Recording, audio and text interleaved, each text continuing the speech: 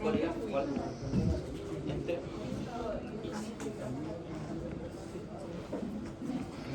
Bien. Entonces, habiendo hecho ese repaso, ¿verdad?, de lo que es el ciclo celular, habiendo hecho ese repaso de lo que son las vías metabólicas, ¿ya? Y así generalidades de la síntesis de ADN, vamos a clasificar las drogas quimioterapéuticas, ya, ojo, que por acá solamente voy a hablar de los quimioterapéuticos. La otra parte tiene que ver con las terapias dirigidas, ¿verdad?, a blancos moleculares, como por ejemplo los inhibidores de los receptores de tirosina quinasa. Entonces, las drogas quimioterapéuticas las vamos a clasificar en, por ejemplo, agentes alquilantes, ya, que son aquellos que se van a entrecruzar en el ADN, se van a interponer entre medio para impedir la síntesis. Tenemos los agentes antimitóticos, y como su nombre lo dice, ¿verdad?, actúan en la fase M, es decir, en la fase de mitosis, ya, reemplazando a los nucleótidos, ¿verdad?, e impidiendo de esta manera la síntesis, ¿verdad?, bueno, en este caso las fases mitóticas. Lo mismo hacen los antimetabolitos, ¿ya?, que reemplazan a estos nucleótidos. Los antibióticos, hay antibióticos que tienen propiedades antitumorales por su mecanismo de acción, ¿ya?, dado que inhiben la síntesis de ADN y de ARN, como por ejemplo la bleomicina, la doxorubicina, ¿ya?, son antibióticos que se utilizan o que están destinados principalmente para la utilización en quimioterapia. Tenemos los inhibidores de receptores de tirosina quinasa, que los vamos a ver finalmente, ¿verdad? Antes voy a hacer un pequeño repaso de cómo actúan estos receptores. Tenemos los inhibidores de las topoisomerasas. La verdad es que en medicina veterinaria todavía no se utilizan, pero se están investigando. Por ende los voy a mencionar, ¿ya? Y finalmente otros fármacos que sirven también para acompañar estas terapias, como por ejemplo las terapias metronómicas, que cuando hablamos de terapias metronómicas nos referimos a la utilización de fármacos que no tienen actividad antitumoral pura, pero que sí sirven de coadyuvante. Por ejemplo, la utilización de los corticoides como la prednisona o la prednisolona, la utilización de algunos AINES como el piroxicam, la indometacina o el celecoxib, ya, entre otros fármacos. Así que ahí entran las terapias metronómicas. Así que veamos, ¿verdad? Ahí tienen un resumen de los distintos fármacos que vamos a ver y destaqué, ¿verdad?, los que utilizamos principalmente, ¿ya?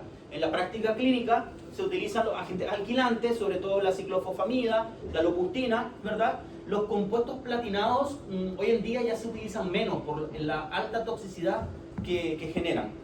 Se utiliza la vincristina, no sé si a alguien le suena en alguna práctica, es uno de los antitumorales más comunes, ¿verdad?, sobre todo para el tratamiento del tumor venéreo transmisible, ya, el TBT, la vincristina.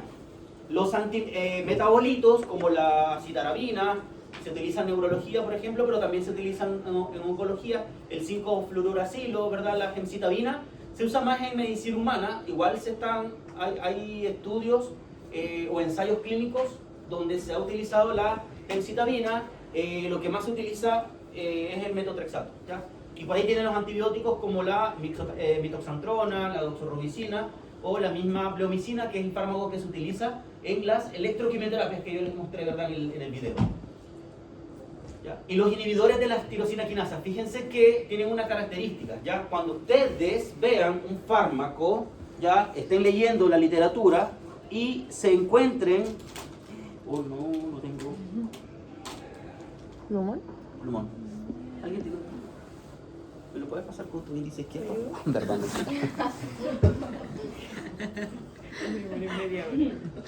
Yo voy a escribir con la mano que soy ambidextro, así que... Ojalá yo. Ya. ¿Qué ocurre? Fíjense que este detalle, cuando ustedes lean la literatura o de repente una noticia, ¿sabes qué? Utilizaron tal fármaco o me recomendaron tal fármaco para este tipo tumoral, ¿ya? Todos los fármacos, independientemente del uso que le estén dando, ¿ya?, que terminan en -ib, por ejemplo, ¿verdad?, por ejemplo, erlotinib, masitinib, y fíjense, o lo mismo que tienen ahí, ¿verdad? El masitinib, id, ¿ya? La terminación ib o nib indica inhibidores, ¿ya? ¿Okay? Estos son inhibidores, todo lo que termina en ib. Y generalmente esta terminación se utiliza para los inhibidores de tirosina quinasa, ¿ya? Que lo van a encontrar en la literatura por su sigla en inglés como los TKI, ¿ya?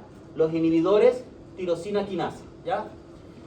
Y cuando un fármaco termina en AP, ¿ya? En AP, por ejemplo, Bedin, Bedmap, ¿ya?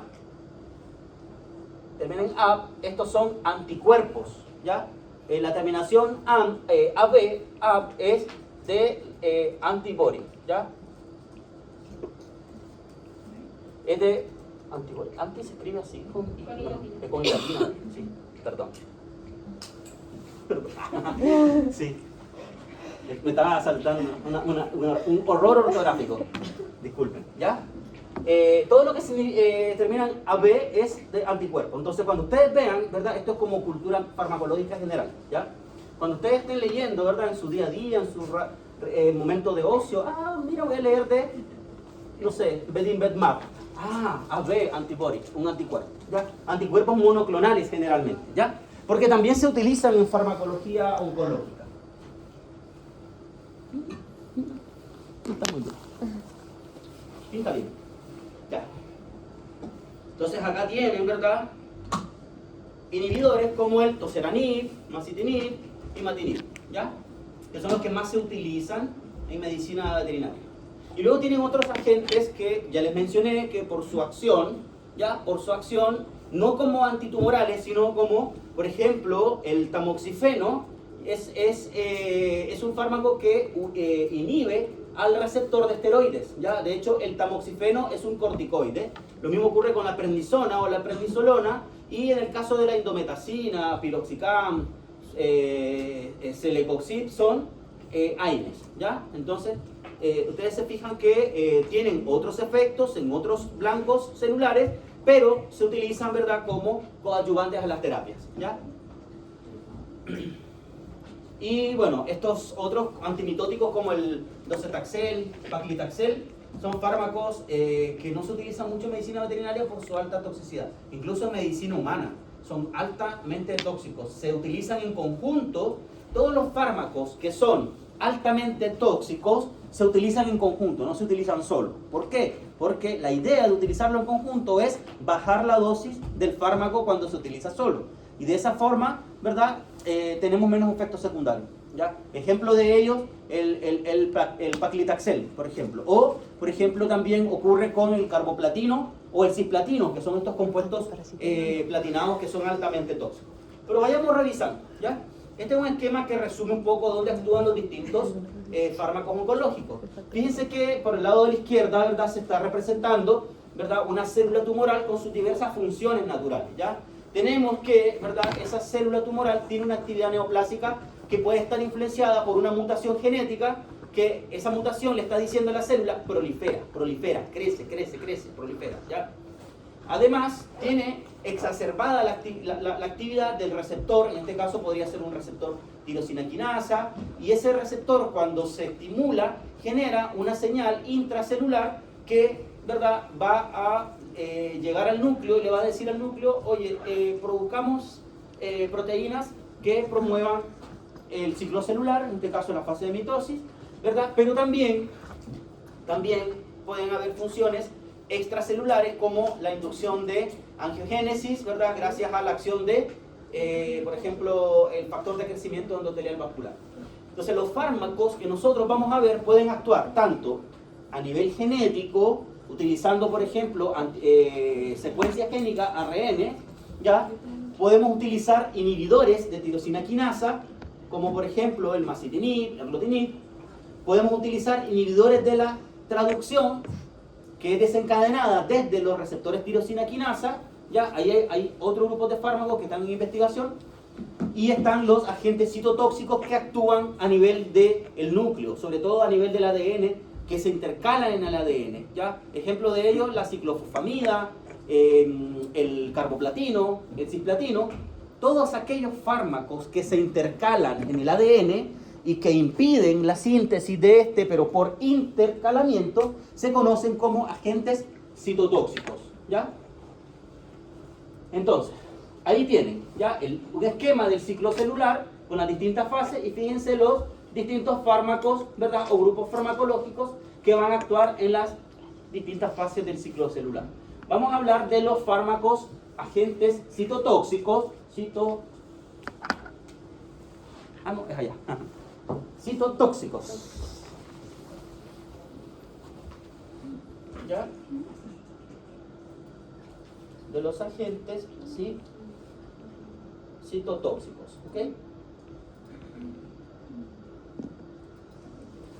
Esos agentes citotóxicos, dicho sea de paso, también tienen, ¿verdad?, la capacidad de inhibir la formación de microtúbulos, ¿ya? Y yo ya les había explicado anteriormente que los microtúbulos son importantes ¿en qué fase? ¿En la fase de crecimiento, síntesis o la fase de mitosis? La fase de mitosis, ¿verdad? Pero además, obviamente, los microtúbulos forman parte del esqueleto celular, por ende, van a desestructurar a la célula tumoral, ¿ya? Entonces, cuando nosotros inhibimos a los microtúbulos, ¿verdad? La síntesis de los microtúbulos la hacemos a nivel, ¿verdad?, del genoma, ¿ya? En este caso, vamos a hablar de los agentes citotóxicos o agentes alquilantes, que son los que van a interferir la hebra de ADN. ¿Qué agentes alquilantes tenemos? Tenemos a la ciclofosfamida, la lomustina, pero también a los compuestos platinados como el carboplatino, ¿ya? Oxaliplatino y el cisplatino, ¿ya? Insisto, estos de acá son los que menos se utilizan. Hoy en día se está trabajando más con la ciclofosfamida y la lomustina, ¿ok? Pero todavía hay quienes utilizan, va a depender del tipo de tumor, obviamente, ¿ya? ¿Y por qué se llaman agentes alquilantes? Porque estos fármacos, ¿verdad?, se entrecruzan dentro del ADN y lo que agregan es un grupo alquilo, ¿ya? Ahí, entre medio del ADN, ya no crean que el grupo alquilo sea así, ¿ya? Pero básicamente está representando, ¿verdad?, que entre medio del ADN hay un grupo alquilo que está impidiendo, ¿ya?, la replicación de ese ADN. Ahora, ¿dónde actúan específicamente? La verdad es que los agentes alquilantes, si bien es cierto, ¿verdad?, inhiben la síntesis, pero también pueden interferir en la fase mitótica, ¿ya? Por ende, se consideran inespecíficos en el ciclo celular, ¿ya? Lo vamos a considerar más inespecíficos. Entonces, ahí tenemos, ¿verdad?, que estos agentes, ¿ya?, como el cisplatino, lo vamos a tener acá, ¿ya? Ahí. ¿Qué hace? Fíjense que se representa, ¿verdad?, que existen distintos tipos de intercalamiento. Existe el intercalamiento provocado por los rayos ultravioletas, los intercalamientos provocados por errores durante la replicación, pero esos errores debiesen ser reparados por la maquinaria de reparación del genoma, ¿ya? Y aquí están los fármacos, ¿ya? Eso es lo que hacen. Ahora, esos agentes, ¿ya?, se hablan que son bifuncionales. ¿Qué quiere decir esto? Que tienen dos grupos químicos funcionales, por ende se pueden unir en dos puntos distintos del ADN, ¿ya? ¿Me prestas nuevamente tu...? ¿Tienes de otro color? Es lo que hay, no manejamos mucho la... Ya. Entonces, cuando, y se lo voy a... este término, ¿verdad?, bifuncional va a aparecer en varios fármacos. Lázalo. No, pero lázalo. La idea es que yo te lo voy a lanzar de... Gracias. Gracias, Carlos. Ahí se Ya, entonces, ¿qué ocurre? Tenemos, ¿verdad?, la hebra del ADN. Vamos a suponer que aquí tenemos la otra, ¿ya? Entonces, los agentes bifuncionales generan puentes en dos puntos distintos del ADN. Por ejemplo, tenemos el fármaco acá, ¿verdad? Este fármaco se puede unir en dos puntos de la misma hebra, ¿ya? O ese mismo fármaco se puede unir en dos puntos distintos de cada hebra, o ese fármaco perfectamente se puede unir en una hebra de una molécula de ADN y en otra hebra de otra molécula. ¿Ya? Cuando hablamos de agentes bifuncionales, significa que se unen en dos puntos distintos, que puede ser en varios contextos, dentro del mismo ADN o dentro de, de dos moléculas. Si se unen acá, ¿qué va a hacer? Van a generar, ¿verdad? Van a alterar esa secuencia.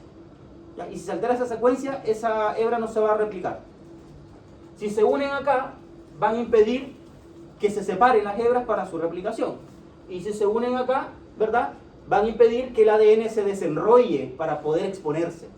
¿Ya? Entonces, finalmente, van a trabajar en distintos puntos y eso es lo que hacen los agentes alquilantes. Ya tengo 2 plumones. Ya. Después se los doy. Fíjense que, ¿verdad? Estos agentes bifuncionales, como ya les había mencionado, por ejemplo, la ciclofosfamida, uno de los más utilizados, ¿ya? Y se utilizan no solamente en terapias únicas, sino en multiterapia. El día jueves vamos a hacer un taller y les voy a mostrar casos clínicos con distintos protocolos, para que ustedes vean, por ejemplo, todo lo que vimos hoy, pero cómo lo vamos a montar. Y les voy a enseñar protocolos para distintos contextos, para los tumores más comunes. No vamos a ver así un linfoma no Hodgkin, nada que ver. Vamos a ver los tumores más comunes, ya que con los cuales nos vamos a enfrentar, y qué protocolos se utilizan y cómo se administran y cómo se calculan, ¿ya? Para que nos vayamos un poquito familiarizando con esa parte que es como lo que más cuesta siempre en la clínica, la quimioterapia. Entonces, ¿para qué tipo de tumores se utiliza mucho como coadyuvante? En linfomas, ¿ya? Y en los adenocarcinomas mamarios, que son como los tumores más comunes, ¿verdad? En caninos, ¿ya? Y en felinos también se describen los linfomas. Pero también se utilizan en leucemias linfoides, en sarcoma, pero no son tan frecuentes, ¿ya? Lo que nosotros vamos a ver principalmente son linfomas y los adenocarcinomas mamarios. Fíjense los efectos secundarios, ¿ya? Náuseas, vómitos, mielosupresión, ¿ya? De moderada a severa, ¿ya? Y puede haber cistitis hemorrágica. Entonces, y se van a dar cuenta que ninguno de estos agentes quimioterapéuticos están exentos de efectos secundarios. Y cuando ustedes el día jueves construyan un protocolo y empiecen a juntar este fármaco con este fármaco y este fármaco, no solamente consideren el tipo de tumor o la indicación del fármaco, y no solamente consideren el mecanismo de acción, sino también consideren los efectos asociados, porque es uno de los principales problemas a los que nos enfrentamos cuando hacemos quimioterapia, ¿ya? En el caso de la alomustina, linfomas, ¿verdad? Pero también se utiliza para mastocitomas, ¿ya? Entonces, si yo tengo un paciente con un linfoma, puedo perfectamente utilizar alomustina, puedo utilizar también ciclofosfamida, ¿ya? Dado la aplicación clínica. Esto de acá no significa que sea específicamente, o sea, a ver, esta especificidad, perdón, es porque se ha probado la alomustina en distintos tipos de tumores y se ha visto que, ¿verdad?, inhibe la proliferación solamente en estos de acá, que se mencionan, ¿ya? Ahora, hay un detalle acá que es súper importante, que este fármaco, como es liposoluble, puede atravesar la barrera hematoencefálica y puede llegar al sistema nervioso. Por ende, es uno de los fármacos, ¿verdad?, de predilección para el tratamiento de tumores cerebrales. De ahí hay que ver la naturaleza del tumor, si es un glioma, si es un meningioma, si es un carcinoma de plexos coroideos, y si responde o no a la terapia. Pero si quieren un fármaco que llegue al tejido nervioso, ¿verdad?, la alomustina, por su liposolubilidad, es un fármaco bastante noble para ello, ¿ya? Y bueno, los efectos secundarios, ¿para qué les digo? Ya casi todos los fármacos van a generar este tipo de efectos gastrointestinales: náuseas, vómitos, hemorragias y además mielosupresión, la mayoría. Sobre todo los que inhiben la proliferación, ¿ya? Algunos son más nefrotóxicos y hepatotóxicos que otros, etc. ¿Cómo? Mielosupresión es porque no solamente inhiben la proliferación de células tumorales, sino también inhiben la proliferación de células mieloides en la médula ósea, ¿ya? Y recuerden que en la médula ósea se produce todo el fenómeno eritropoyético y también leucopoyético. Entonces, esos pacientes suelen desarrollar anemias, porque se inhibe la eritropoyesis, pero también se vuelven inmunodeprimidos. ¿Por qué? Porque no hay producción de glóbulos blancos en la médula ósea. El cisplatino, ¿ya? Y el carboplatino, que está por ahí, están los dos, ¿verdad? Son fármacos alquilantes y fíjense que, por ejemplo, a ver, sí, el cisplatino lo vamos a utilizar en tumores que son muy agresivos, como cuáles, como los osteosarcomas. No sé si alguien tiene la experiencia o ha leído o dimensiona la agresividad de un osteosarcoma versus un linfoma. ¿Ya? ¿Verdad? Pero el osteosarcoma es un tumor altamente agresivo, y cuando hablamos de agresividad en oncología nos referimos a proliferación rápida, ¿verdad? Y capacidad para destruir tejido, ¿ya? Y altamente invasivos. Entonces el osteosarcoma es un tumor altamente agresivo, y por eso el cisplatino, ¿verdad? Es un fármaco que se utiliza mucho para este tipo de contextos, pero los efectos secundarios son severos, muy severos, ¿ya? Se fijan, para los tumores agresivos como los osteosarcomas, ¿ya? Se prefieren los compuestos platinados, ¿ya? Insisto, no van solitos, ¿ya? No van solitos. Yo estoy acá comentando para cuáles y de repente uno, ya, ok, tengo otro compuesto para, otro fármaco para osteosarcoma, lo voy a combinar para intentar bajar la dosis, ¿ya? Y los protocolos ya están hechos, ya ustedes lo encuentran en los libros. Este protocolo te dice que para este tipo de tumor utiliza este fármaco a esta dosis, esto y esto, ¿ya? Entonces, esos fármacos, ¿verdad? La ciclofosfamida, la lomustina y los coplatinados como el cisplatino y el carboplatino son agentes citotóxicos, ¿ya?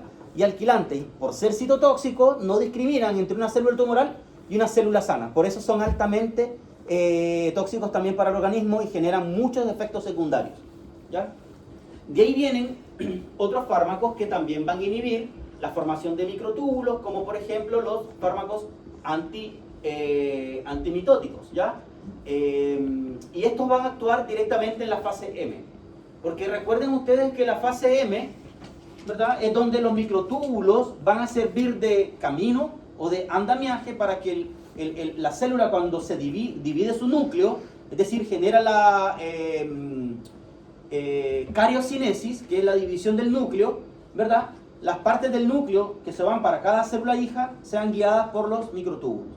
Entonces, si nosotros inhibimos la formación de microtúbulos, vamos a impedir esa cariocinesis y esa citocinesis, es decir, la división del núcleo y de la célula.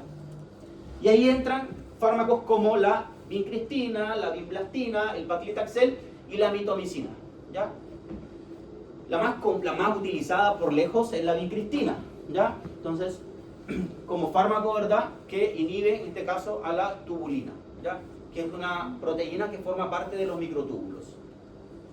La vincristina, ¿ya?, es un fármaco natural, ¿ya?, que deriva de esta planta, ¿verdad?, de la vinca pervinca, y la utilizamos en linfomas, en leucemias, pero cuando hablamos de leucemia no pensemos en la leucemia viral, sino en la leucemia, ¿verdad?, de origen no viral, es decir, la tumoral, ¿ya? La leucemia, el virus de leucemia, otra cosa, no se trata con vincristina, ¿ya? Si nosotros tenemos un paciente con leucemia, es decir, encontramos mieloblastos en el frotis, encontramos, no sé, linfoblastos, ¿verdad?, y ese paciente no tiene, es negativo a retrovirales, ese paciente tiene leucemia. Pero si mi paciente tiene linfoblastos y además es positivo a retrovirales, la leucemia es de tipo viral. ¿Se entiende? ¿Ya? Porque hay leucemias virales y leucemias tumorales. Ah, ya, buen punto. Tomás menciona algo que es muy importante a la hora de trabajar con los quimioterapéuticos. Y probablemente lo iba a mencionar en el jueves, porque como voy a mostrar casos clínicos, pero cuando uno trabaja con agentes quimioterapéuticos, uno no puede tocarlos, ¿ya? No, te puede caer propofol, te puede caer norepinefrina, te puede caer cualquier fármaco, pero si te cae un agente quimioterapéutico, ¿verdad?, estos agentes inhiben la síntesis, ¿ya?, y pueden tener consecuencias severas en las células epidérmicas de uno, ¿ya? Son citotóxicos, ¿ok? Así que hay que tener mucho ojo.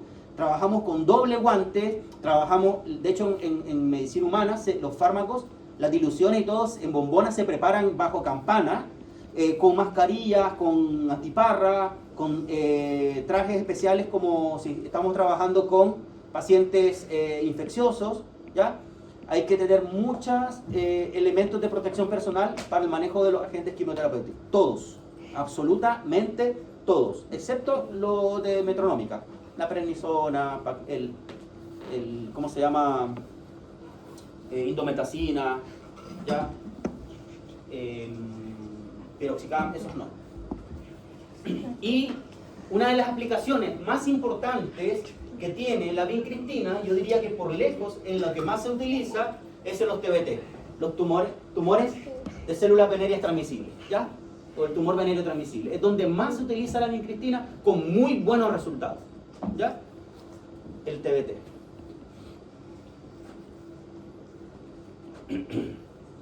La vinblastina también está disponible, sin embargo es un poco más difícil de conseguir, es mucho más cara, por ende trabajamos con la vincristina generalmente, ¿ya? Y andan bastante bien los resultados cuando aplicamos correctamente la vincristina en un tipo de tumor que está indicado, ¿ya? No voy a intentar administrar vincristina en un paciente que tiene un osteosarcoma, ¿ya? Me limito a los linfomas y a los TBT.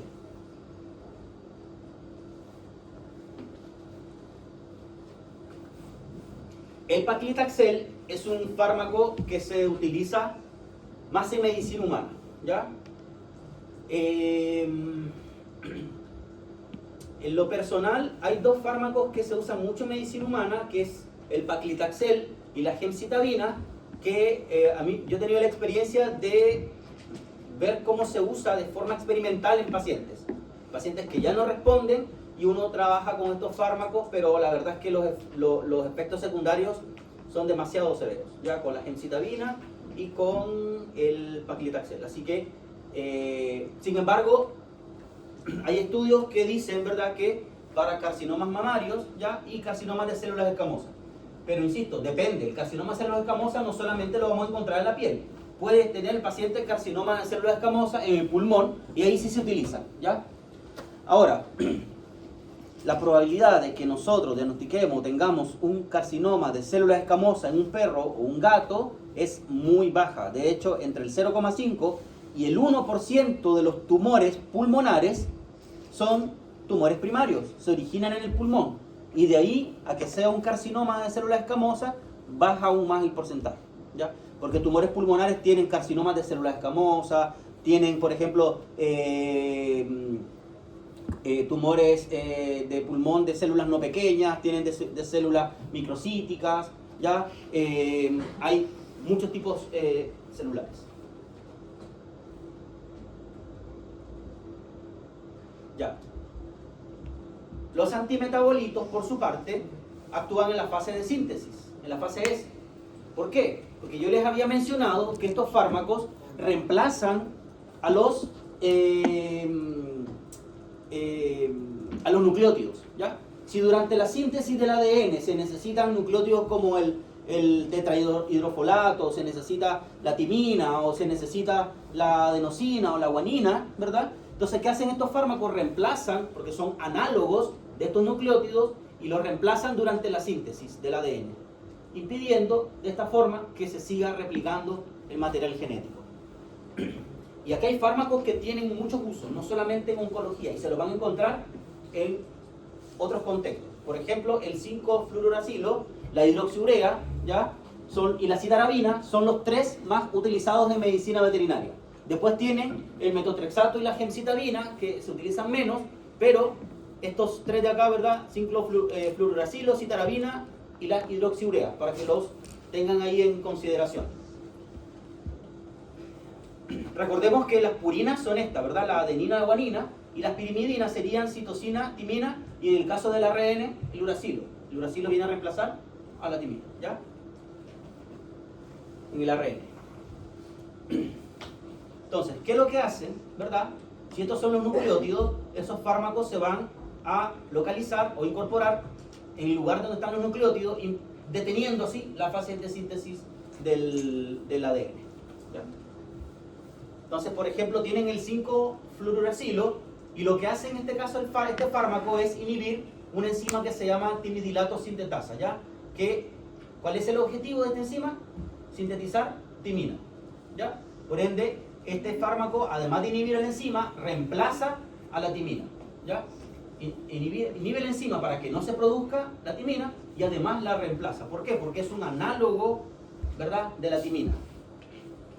Se utilizan en carcinomas, ¿ya?, de células escamosas, sobre todo o principalmente se limita a los tumores cutáneos, en realidad, ¿ya?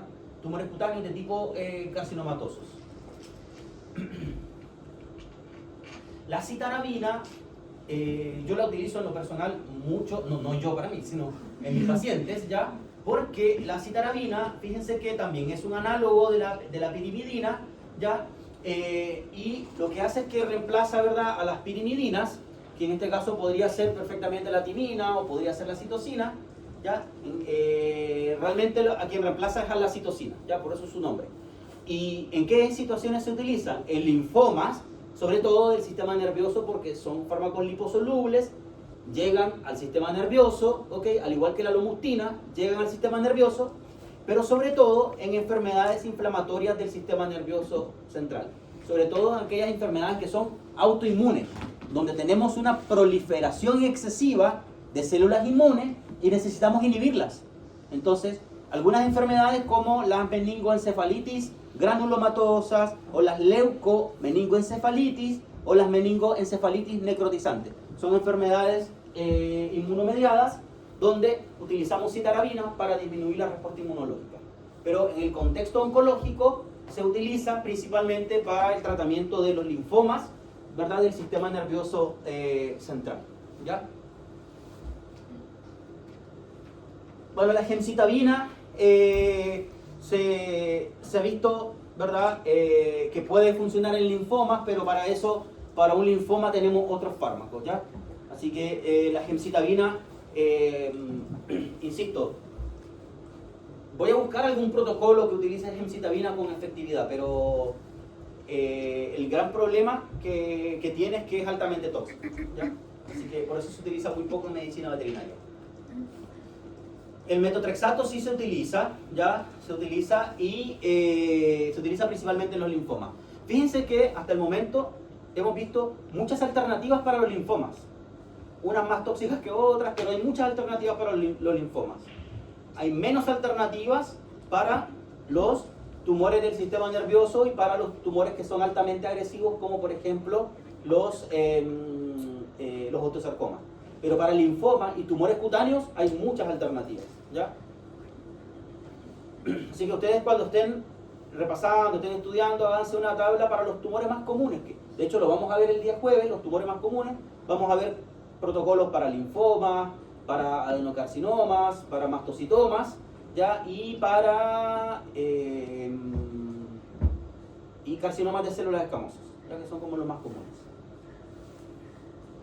Así que el metotrexato, ¿verdad?, es un análogo del ácido fólico, y este ácido fólico es un precursor del tetrahidrofolato. ¿Y para qué sirve esto? Para la síntesis de purinas y de pirimidinas, en general para casi todos los nucleótidos.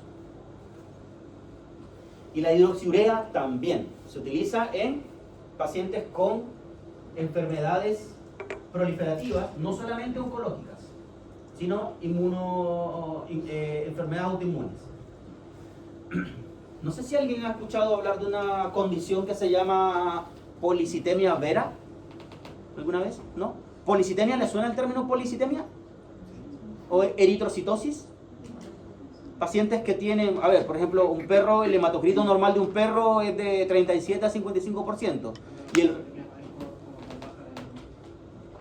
Y no, la policitemia es cuando tienen proliferación excesiva de células sanguíneas. Sí, por ejemplo, la eritrocitosis. El recuento normal de eritrocitos es de 5,5 a 8,5 millones de células por microlitro. Y un paciente que tiene más de 8,5 millones es un paciente que tiene eritrocitosis. Entonces, cuando tenemos una médula ósea que tiene una actividad exacerbada, podemos encontrarnos con estos fenómenos de eritrocitosis o policitemia, y ahí podemos utilizar, por ejemplo, la hidroxiurea para bajar la actividad de la médula ósea, ¿ya? Claro, uno puede tener pacientes, por ejemplo, con eritrocitosis por deshidratación, pero si el paciente está normohidratado y tenemos exceso de glóbulos rojos, hay que decirle a la médula ósea, detén tu tu producción. Pero también, ahí está, policitemia vera, pero también se utilizan en las leucemias, ¿ya? Sobre todo, principalmente está enfocado este fármaco, la hidroxurea, para trabajar en la médula ósea, por ende, leucemias, ¿ok? Médula ósea.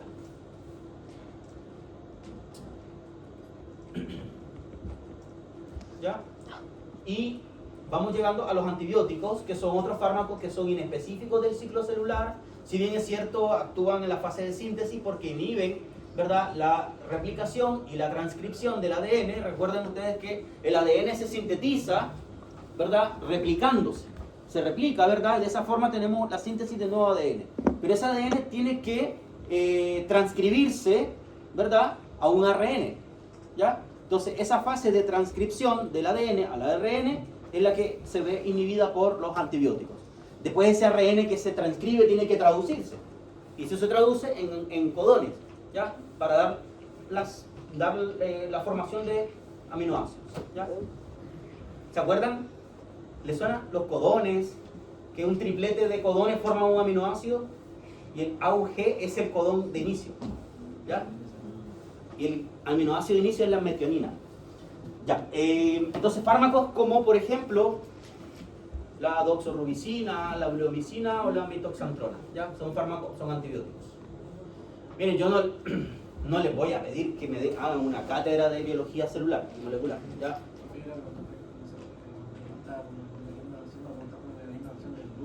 Sí, del grupo.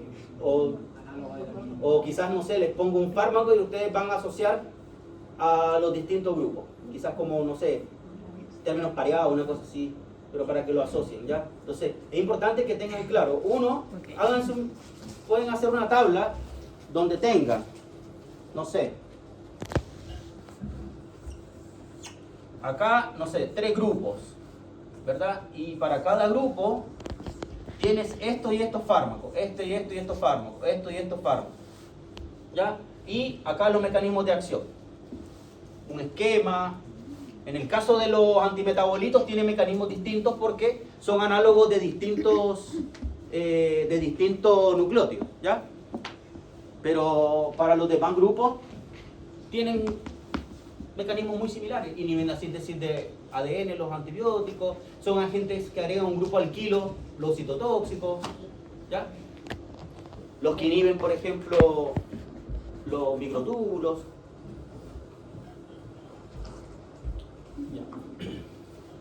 Y los antibióticos, ¿cuáles? La doxorubicina, la bleomicina y la mitoxantrona, ¿ya? Los 3 se utilizan. La doxorubicina es uno de los fármacos más tóxicos que yo he visto en la vida. Así que ahí 3, 4 guantes, ¿ya?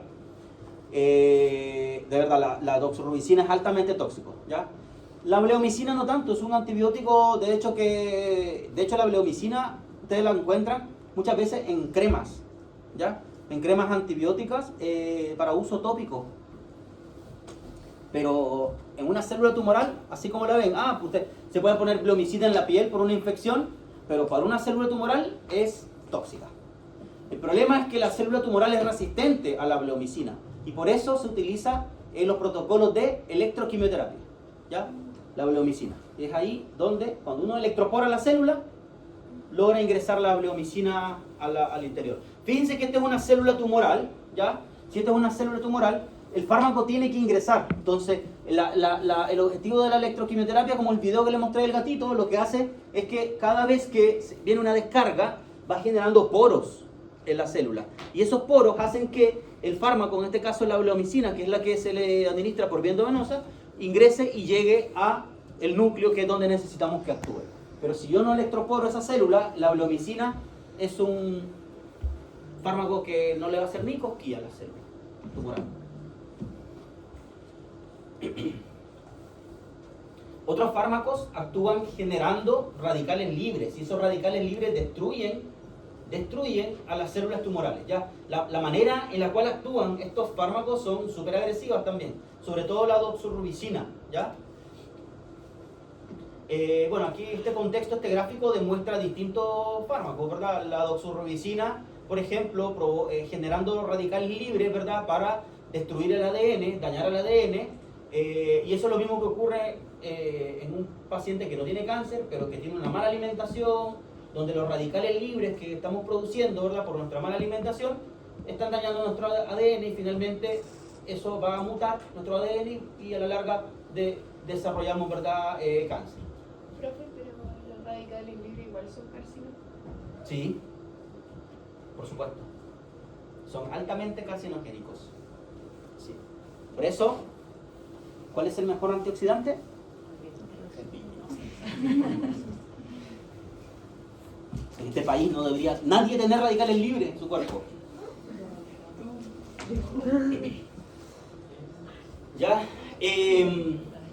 Otros fármacos inhiben algunos procesos de enrollamiento o desenrollamiento de las hebras de ADN. ¿Y quién se encarga de desenrollar al ADN para exponerlo y que se pueda replicar?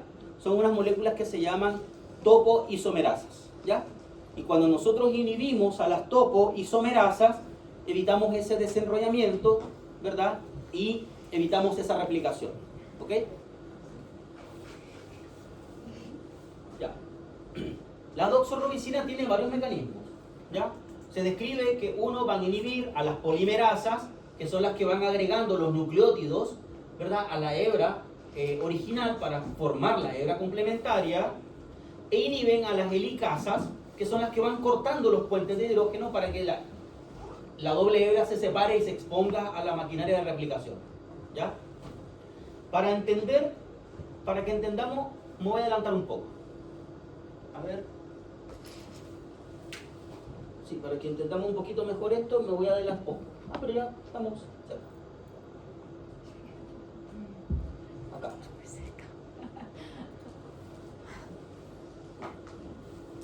Cuando la doble hebra de ADN se tiene que replicar, existen, ¿verdad?, estas moléculas, estas enzimas que se llaman topoisomerasas, también se conocen como girasas, ¿ya? Y lo que hacen es que van desenrollando el ADN, ¿ya? En la medida que esa doble, fíjense que ese ADN, esa es una doble hélice helicoidal, ¿verdad? Es decir, va enrollada de esta forma, como cuando uno se hace estas cosas, rulos, estas cosas, ¿ok? Entonces las topoisomerasas como que es un alisador de hebras, ¿ya? Ahí sí, ¿ok? Un alisador de hebras. Y las helicasas van rompiendo los puentes de hidrógeno de manera que, ¿verdad?, se expone cada una de las hebras. ¿A quién se va a exponer? A las, ¿dónde están? Las polimerasas. ¿Y qué hacen las polimerasas? Van agregando fragmentos complementarios que son los nucleótidos, y de esta manera la maquinaria de replicación, ¿verdad?, empieza a trabajar y formar la hebra complementaria.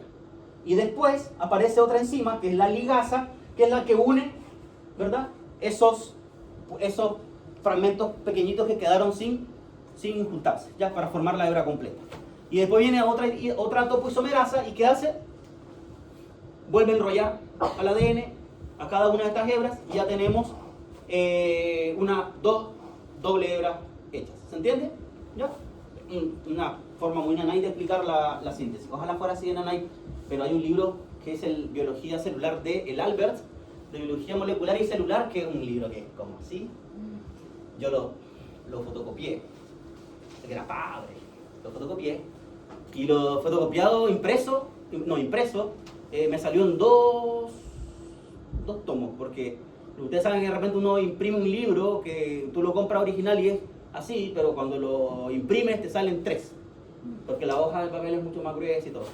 Así que ojalá ese libro, que es 2 tomos, y lo tengo así como en 2 tomos, resume esta diapositiva. O sea, esta diapositiva resume ese libro, ¿ya? ¿Me preguntan si lo he leído? Obviamente no, ¿ya? Algunas cosas, ¿ya? Entonces, si nosotros entendemos cómo funciona la maquinaria de replicación, entendemos dónde actúan los distintos agentes quimioterapéuticos. No me acuerdo en qué día, porque parece que en los niveles de la síntesis de ADN. Doxorubicina.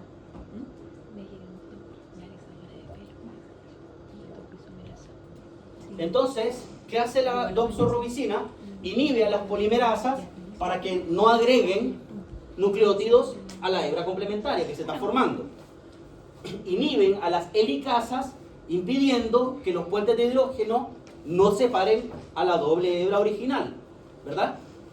Y además promueven la rotura ya del ADN por parte de la topoisomerasa 2, ¿ya? La topoisomerasa 2 rompe el ADN y la 1 lo vuelve a enrollar, pero en este caso le está diciendo a la topoisomerasa 2, rómpelo, y después vienen otros fármacos que inhiben a la 1 y el ADN queda suelto pero no se vuelve a enrollar. ¿Se entiende? Así que, miren, les voy a aconsejar si quieren ver tutoriales de YouTube de cómo es el proceso de replicación. Créanme que hay miles y se entienden muy bien, ¿ya? A mí me encanta la biología celular y molecular. Yo siempre he dicho, si yo hubiese estudiado otra carrera en la vida, yo hubiese estudiado bioquímica. De verdad. Aunque no tuviera trabajo o me encontrara una pega por 600 lucas, pero no importa. Estudiaría bioquímica. Sí, bioquímica. Tecnología médica es lo más parecido a eso. ¿Inhibe la topoisomerasa? No, activa a la topoisomerasa 2. ¿Inhibe? No, promueve la decisión del ADN por parte de la topoisomerasa 2. Después existen los inhibidores de la topoisomerasa 1. ¿Ya? Así como lo mismo, Pero parecido, pero no es lo mismo. la 2 desenrolla. pero fue la 1 que hacía. Ahora les voy a explicar. Son dos topos. Claro, son dos topos. Ya. Ya. Tiene una doble hélice de ADN que está enrollada. La topoisomerasa 2, ¿qué hace? Va a desenrollar el ADN para dejarlo abierto y que se pueda unir la polimerasa en cada hebra y empieza a agregar nucleótidos y formar dos hebras nuevas. ¿Se entiende? Cuando ya se formaron esas dos hebras, las ligasas completan los cabitos que quedan sueltos y después, ¿verdad? Antes la helicasa hizo el corte, ¿ok? La topoisomerasa 2 se desenrolló y la helicasa rompió para que se separen más. Una vez que ya se formó una hebra complementaria acá y otra hebra complementaria acá, gracias a la acción de las polimerasas y las ligasas, ahora, ¿qué ocurre? Esas dobles hebras tienen que, cada una, volver a enrollarse. ¿Y quién se encarga de eso? La topoisomerasa 1. Entonces, ¿qué hace la doxorubicina? Promueve el desenrollamiento por parte de la topoisomerasa 2. Y si yo además le agrego un fármaco que inhiba a la topoisomerasa 1, ese ADN va a quedar así, lineal, pero no se va a poder enrollar. ¿Por qué? Porque yo estoy inhibiendo a la 1. ¿Ya? Yo hice que la 2 desenrollara, pero ¿quién se encarga de volver a su estado helicoidal? La 1. ¿Ya? ¿Se entiende? Sí. Muy bien. Así con los sueños frustrados de uno. Hubiese sido bioquímico. Pero, o sea, ya, la topoisomerasa 2 hace que se separen las hebras.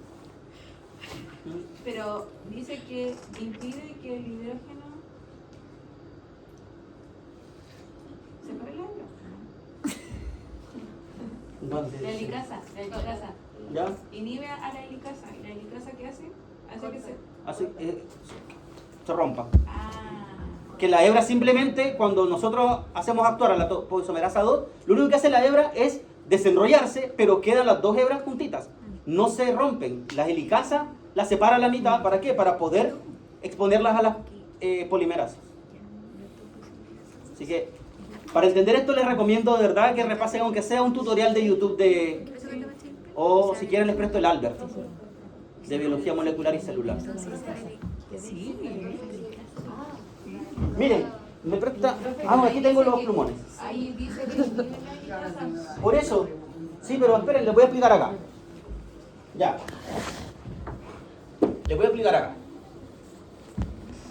Voy a intentar explicarlo en un dibujo, lo que podría ser por un gráfico, por un video. Ya. Tenemos acá la doble hebra de ADN que este cruzamiento indica que están enrolladas, ¿verdad? Entonces, ¿quién va a actuar primero? la topoisomerasa 2, ¿ya? Cuando entra la topoisomerasa merasa 2, ¿qué va a hacer? Las va a desenrollar. Se supone que estas están así, ¿ya? Están unidas por puentes de hidrógeno, ¿verdad? Y cuando la topoisomerasa 2 actúa, siguen unidas, ¿ya? ¿Y quién se va a encargar de separarlas? Va a ser la helicasa, ¿ya? Y la helicasa lo que hace es que va cortando, ¿ya? La helicasa corta los puentes de hidrógeno y expone a las hebras ahora que están separadas, ¿ok? Luego, ¿qué va a ocurrir? Viene la maquinaria de replicación, en este caso serían las polimerasas, porque forman polímeros, y van agregando, ¿a quién? Al nucleótido, ¿verdad? Para formar la hebra complementaria de este, y acá esta otra hebra tiene su propia polimerasa. Bueno, van en la otra dirección. Porque recuerden, ¿cuál es el sentido de la vida? De 5' a 3'. Ese es el sentido de la vida, ¿ya? Entonces, y bueno, las ligasas van uniendo los cabitos que quedan sueltos. Y una vez que ya tenemos esas dos hebras, viene la topoisomerasa 1 y enrolla, ¿verdad?, las dos hebras que se formaron, ¿ya? Esto lo hace la topoisomerasa 1. ¿Ok? ¿Se entiende? Sí. Ya. Entonces, fíjense lo que hace la doxorubicina. Inhibe el ADN. ¿Y por qué? Inhibe a las polimerasas. ¿Ya? Y ojo, esto sin necesidad de que se haya enrollado, ya por fuera, antes de que la maquinaria de replicación llegue, ya están inhibidas las polimerasas. Promueve la escisión, es decir, la rotura, ¿verdad? Por parte, inhibe las helicasas y promueve la escisión del ADN. Ya entendí la duda. Sí, ya, acá es, promueve la escisión por parte de las helicasas. Así que esto está al revés. Sí. ¿Cómo es? O sea, yo no. Sí, sí.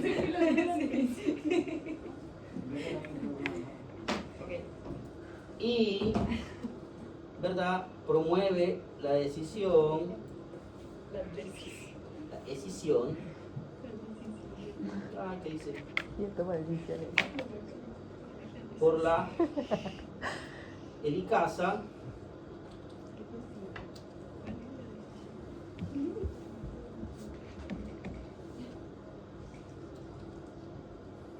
Y pongámosle ahí como que mantiene la actividad de las topoisomerasas. ¿Se entiende? Y activa, vamos a poner acá.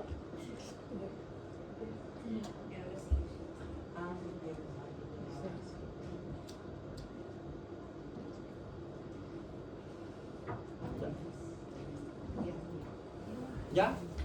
Porque ahí, ¿qué va a pasar? Permite que se desenrollen, permite que se rompan los puentes, ¿ok? Pero como tienen inhibidas las polimerasas, no va a haber formación de nueva cadena y tampoco se van a volver a enrollar porque están inhibidas. Bueno, en este caso no actúa sobre la topoisomerasa 1, perdón. Ya, hasta ahí nomás, porque no actúa sobre esta otra. Hay otros inhibidores de topoisomerasa 1 que los vamos a ver ahora. ¿Se entiende? ¿Ahora sí? Sí. Ya, igual revisen un videito de YouTube de replicación. Para que no tengan que leerse el libro. El que hizo el video YouTube ya se leyó el libro.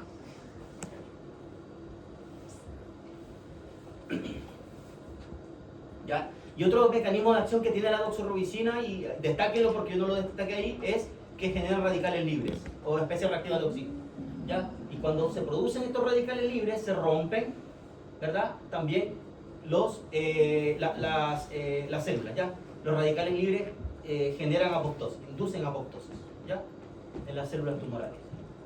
Los usos que tiene la doxorubicina, principalmente linfomas, ¿ya? Se puede usar en osteosarcomas, en hemangiosarcomas, ¿ya? Es bastante útil, es bastante variable la utilidad, ¿ya? Muchos tipos tumorales. Luego tienen la bleomicina, ¿ya? La bleomicina genera radicales libres, al igual que la doxorubicina, pero ese es su único mecanismo de acción, ¿ya? Y rompe el ADN desde el interior de la célula. Por eso se utiliza en electroquimioterapia, ¿ok? La bleomicina.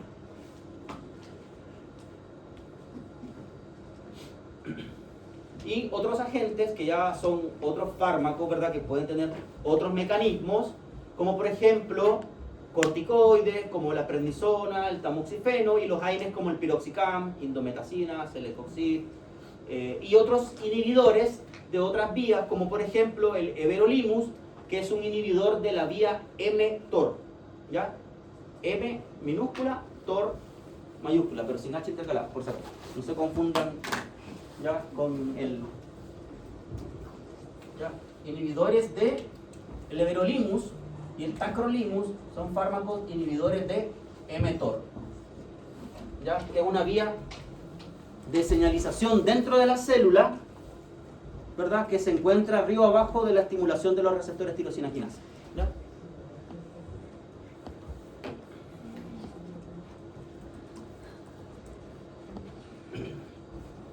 Tengo que contarles una anécdota. Cuando yo me metí a estudiar cáncer, hace mucho tiempo, yo venía del mundo de la clínica, siendo veterinario clínico.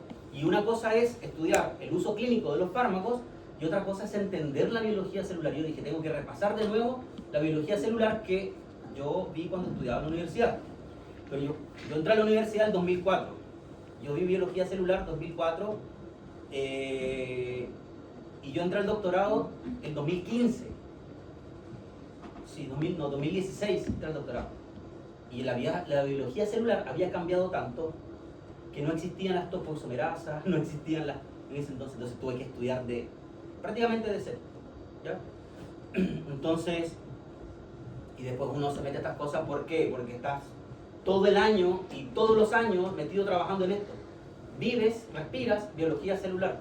Entonces, yo no les voy a pedir, obviamente, que manejen el nivel de biología celular que quizás en este momento yo manejo, que tampoco es tanto, ¿verdad? Pero no les voy a pedir eso porque obviamente yo me he dedicado a estudiar eso durante mucho tiempo, ¿ya? Pero ustedes quiero que ustedes sepan, ¿verdad?, en qué contexto clínico se utilizan los fármacos y en general, ¿verdad?, los mecanismos de acción, ¿ya? Pero el contexto que yo les estoy explicando ahora, de biología celular y todas las vías de señalización intracelular, qué hace mTOR, qué hace las máquinas, no, eso no me interesa que se lo aprendan, ¿ya?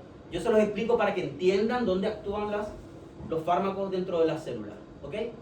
Por eso nada más. Y voy a hablar de las poliaminas, pero quiero que ustedes entiendan la generalidad, que las poliaminas, ¿verdad?, son elementos que promueven proliferación y los fármacos están dirigidos a inhibir la síntesis de poliaminas. Pero para que no se entienda en chino eso, yo les voy a explicar lo que ocurre, ¿ya? Pero yo quiero que ustedes manejen la generalidad. Bueno, yo creo que algo vieron de prednisona cuando tuvieron la clase de respiratorio, ¿verdad? La prednisona induce apoptosis, ¿ya? Inhibe la mitosis en los linfocitos. Por eso se utiliza mucho en linfomas, ¿ya? Pero no es que la prednisona, ojo ahí, le voy a dar prednisona porque es antitumoral. No, ¿ya? Es coadyuvante, se potencia, es decir, hay sinergismo. Pero la prednisona sola no es antitumoral. Puede ser inmunosupresora, pero no es antitumoral, ¿ok? No vayan a generar ese error de conceptos, ¿ya? Por eso se utiliza, aquí lo dice, acompaña a las terapias oncológicas. Los mastocitomas también, y lo van a ver ustedes en protocolos, cuando después veamos distintos protocolos, se van a dar cuenta que se utilizan en distintos protocolos, ¿ya? Y otros compuestos que están en estudio, que son las poliaminas, por su rol, ¿verdad?, y su participación en promoviendo división celular, crecimiento, ¿verdad?, en células tumorales, ¿ya? Las poliaminas tienen esa función, que generan proliferación en células tumorales. Por eso uno de los blancos terapéuticos hoy en día es el metabolismo de las poliaminas. Inhibir la síntesis de poliamina para que las células no tengan esa capacidad proliferativa. ¿Ya? ¿Y qué es lo que ocurre? ¿Verdad? Las poliaminas están presentes en condiciones fisiológicas. Lo que pasa es que en cáncer están más aumentadas, están más exacerbadas. ¿Ya? Hay muchas funciones desde el punto de vista fisiológico de las poliaminas. ¿Ya? Por ejemplo, participan y mejoran el desarrollo y la maduración del epitelio intestinal, reparan el daño de la mucosa intestinal.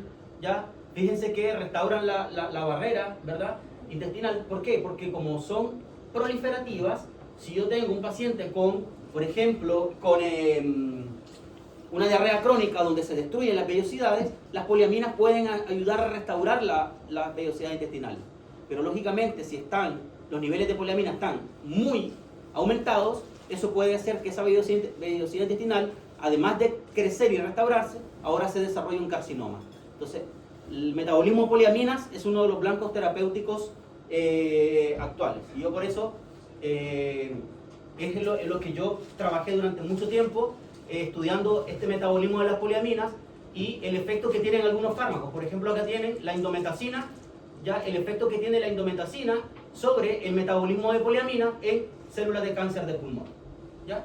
Entonces, cuando nosotros inhibimos el metabolismo de poliaminas utilizando algunos fármacos, podemos reducir la capacidad proliferativa de esta célula. Es un tipo de cáncer que es altamente agresivo. O sea, es el segundo tipo de cáncer más agresivo después del... el segundo, solamente, ¿verdad?, superado por el cáncer de páncreas. ¿Ya? Y por eso es que nosotros decidimos en lo personal estudiar el cáncer de pulmón. Y lo que hacen estas poliaminas, básicamente, que son estas putrescina, espermidina y espermina, ¿verdad?, es que inducen proliferación.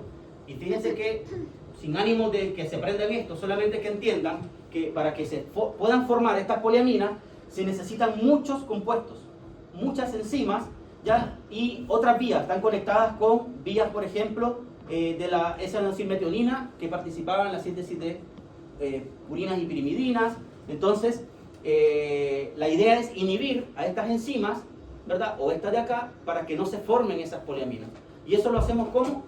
Induciendo algunas enzimas que promueven la expulsión dentro de la célula, ¿ya? O inhibiendo directamente también enzimas que promueven la síntesis, como en el caso de esta enzima que se llama adenosine-metionina descarboxilasa. Pero bueno, el mensaje de acá es que las poliaminas participan en cáncer y necesitamos inhibir, ¿verdad?, o bajar un poco la concentración para que la célula tumoral no prolifere. Y algo muy similar hacen los inhibidores de tirosina quinasa, pero lo hacen desde la membrana celular. Todos ellos son inhibidores de tirosina quinasa. Fíjense que, ¿verdad?, la mayoría terminan "-id". ¿Por qué? Porque son inhibidores, excepto este último que no lo utilizamos en medicina veterinaria.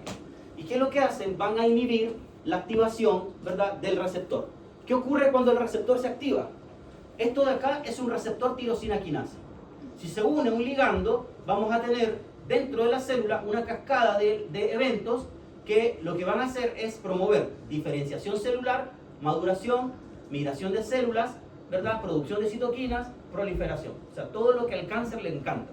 Por ende, si nosotros inhibimos a estos receptores con distintos fármacos, no se van a producir estos eventos celulares y no vamos a tener ninguna de estas funciones en la célula tumoral. ¿Ya? Así que uno de los blancos terapéuticos actuales son los inhibidores de tirosina quinasa y se utilizan ampliamente en oncología veterinaria. ¿Ya? Ahí tienen muchos receptores tirosina quinasa en una célula tumoral y fíjense, ¿verdad?, sus distintos ligandos, y acá tienen los distintos fármacos inhibidores que se han descrito en la actualidad. Si yo utilizo estos fármacos para esos receptores, voy a impedir todas las funciones de proliferación. Por eso todos ellos se utilizan hoy en día en el tratamiento del cáncer, ¿ya?, para distintos tipos de cáncer. Así que hablamos de que si yo utilizo estos inhibidores, voy a promover la muerte celular, ¿ya? Así que Eso es súper importante, ¿ya? Que tengamos claro el rol que tienen los receptores tirosina quinasa. ¿Ok? Promueven proliferación, promueven migración celular, promueven metástasis. Y si yo los inhibo, voy a impedir esas funciones en una célula tumoral.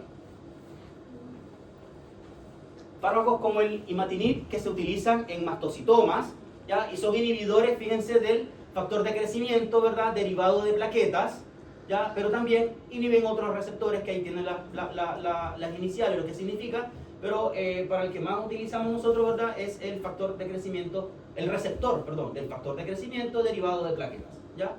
En los mastocitomas. El toceranib, que se utiliza en osteosarcomas, se ha visto efectividad, ¿verdad?, en carcinomas también y adenocarcinomas, por su rol inhibiendo todos esos factores de crecimiento. Perdón, todos esos receptores de factores de crecimiento. El factor de crecimiento endotelial vascular, ya, el derivado de plaquetas, ya, y ahí tienen, por ejemplo, el factor de estimulante de colonias, ya. Entonces, finalmente, cuando nosotros inhibimos a estos receptores, aunque llegue el factor de crecimiento, no se va a desencadenar la señal río abajo, es decir, dentro de la célula de proliferación, ¿ya? Esa es la idea, inhibir a esos receptores. Y quizás a ustedes todo esto les suena algo como muy utópico, quizás. ¿Cuánto de todo lo que se está hablando acá es real? Créanme que el 95% de lo que yo estoy hablando acá se aplica en la vida real, ¿ya? Y lo importante es conocer el contexto, profundizar en por qué se aplican esos fármacos. Porque si no, les digo, tomen, vayan, léanse el prospecto, eso lo puede hacer cualquier persona, ¿ya? Y ahí están los inhibidores de la topoisomerasa 1.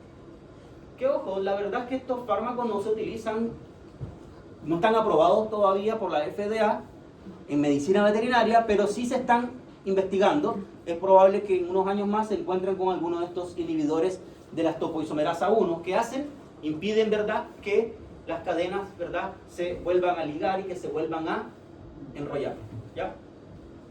Y fármacos como, por ejemplo, ahí expliqué, ¿verdad?, el tema del rol de me faltó acá buscar la topoisomerasa 1. Bueno, ahí están en general las topoisomerasas. Enrollan y desenrollan, eso es lo que hacen.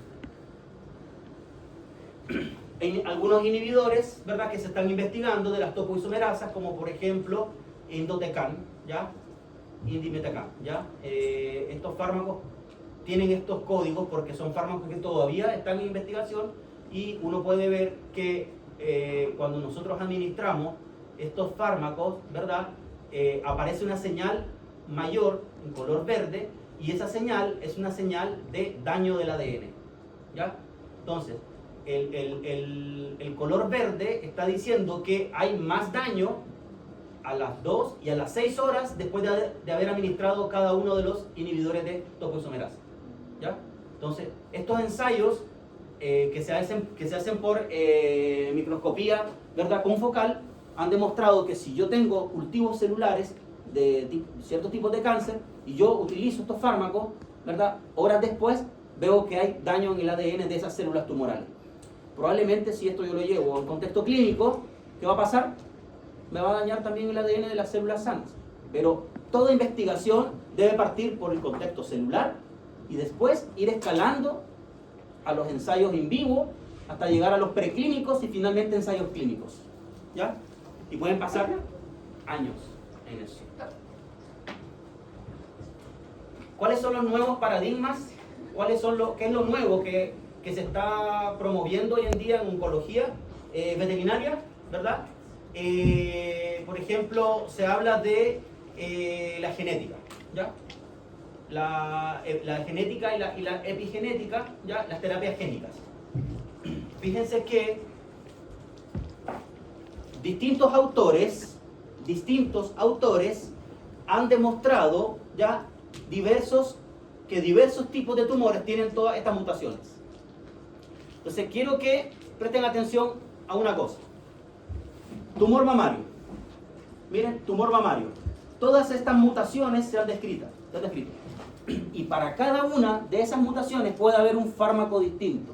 Y puede que un fármaco sea efectiva para la mutación PI3K y no para KRAS. De hecho, esta mutación Carras es la más agresiva de todas.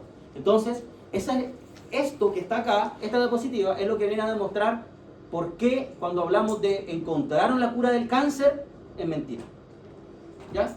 Porque cada fármaco es inhibidor de alguna de estas mutaciones. No hay un fármaco que inhiba todo. No existe. Ni siquiera los estudios que han hecho con compuestos naturales, hablan de, hay estudios que, por ejemplo, con el maqui, que con la cúrcuma, tampoco. ¿Ya?